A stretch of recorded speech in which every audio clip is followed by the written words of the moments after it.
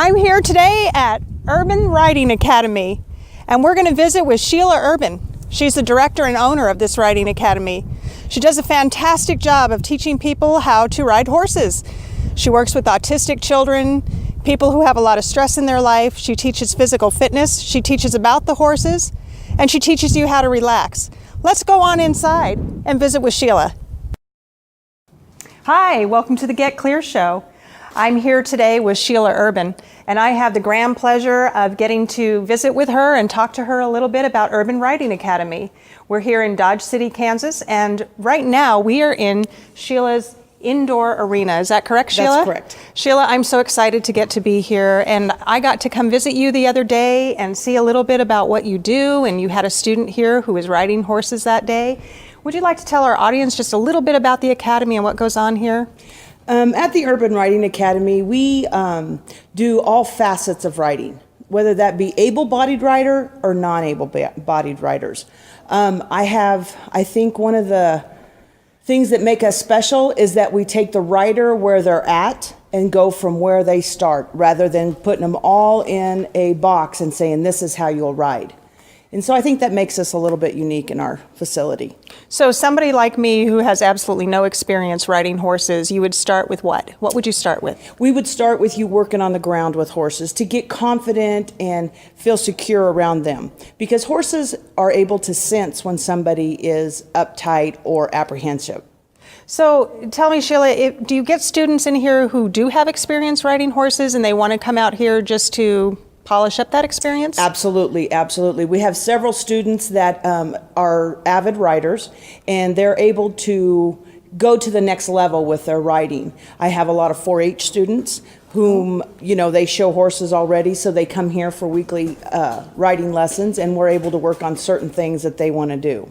And I understand that you work with autistic children, is that right? Yes, I do. Yes, so tell us the benefits of horse riding for autism and those types of things. Depending on what type of autism they have, horse riding gives them a sense to, when you have some autistic children don't communicate well with other humans. But the horse doesn't care.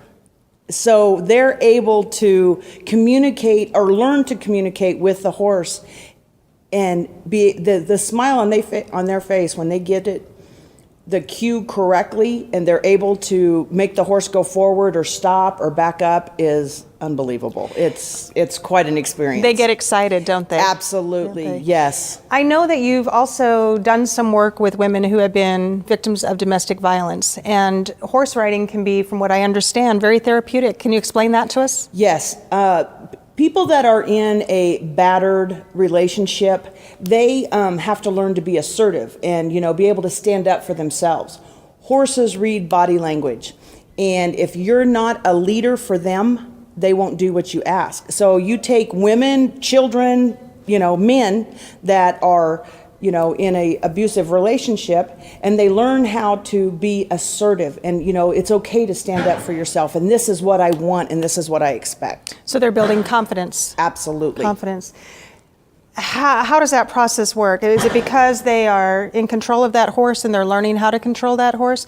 Are they afraid at first of the horses and trying to be in control? I know for me, for example, you have some horses in here today that they're just standing there and they're tied up, and I thought, oh my goodness, that's boring. I'm afraid of them. So when these people come, are they also a little intimidated and they don't want to do too much with the horse? Exactly. And just being able to take the horse and lead it around and have it follow you, that's a big deal for them, because they're not used to somebody complying to what they want, or something comply to what they want. And so it really helps their confidence level, and then confidence grows, and then they find they can do it in other aspects of their life also. And I know, because I was out here visiting with you when you had a student, that your students like to talk to you. Do you sometimes feel like you're also a mentor and counselor to these people, not just teaching them about horses, but giving them some life lessons as well? Absolutely. I that's just part of it. I want to know my students. They're not a number to me. They're not a paycheck. They're real people to me, and I end up being, we talk about things. My kids that come from school, how was your day at school? And I've got a student that maybe had a rough day or whatever. Just to be able to walk around on their horse and they get a visit about that. Women, I have several moms that come out for an hour of their time. So we get to talk about adult things and just Take a things, break. Yeah. They take a break. And it's really, they really love it. Some of them don't want to talk. They just want to enjoy their horse, and that's okay too. Someone like me, Sheila, that knows absolutely nothing about horses, I have no experience, what would be the very first thing that I could expect to have happen if I came for my first riding lesson? You wouldn't be on top of the horse for a while till you gained confidence and assertion and and you would groom the horse a lot. You'd walk around it, learn where its body parts are, learn what makes it move over or if it moves into you. There would be a lot of groundwork. So it's not like we see on the movies, on the Western movies, where you just jump on the horse and take off, right? Yeah, jump from the mountain onto the horse and take off. Yeah, there's a lot of training that goes into somebody being able to get to that point, right? That's right. Even climbing on a horse, if you're not very coordinated, some children and some adults aren't very active. So for them to put their foot in a stirrup and put it over the saddle and get their foot in the other stirrup, that's a big feat, because now you're on top of that horse and the ground's down there. And so they have a little bit of fear, so you just have to walk around and get used to the movement of the horse and, learn how to control your body. What determines whether a person starts from the beginner level to, say, a master level or an intermediate level? How do you know when somebody's ready to move on to the next level? That just comes from experience. Experience and being around horses and being around people.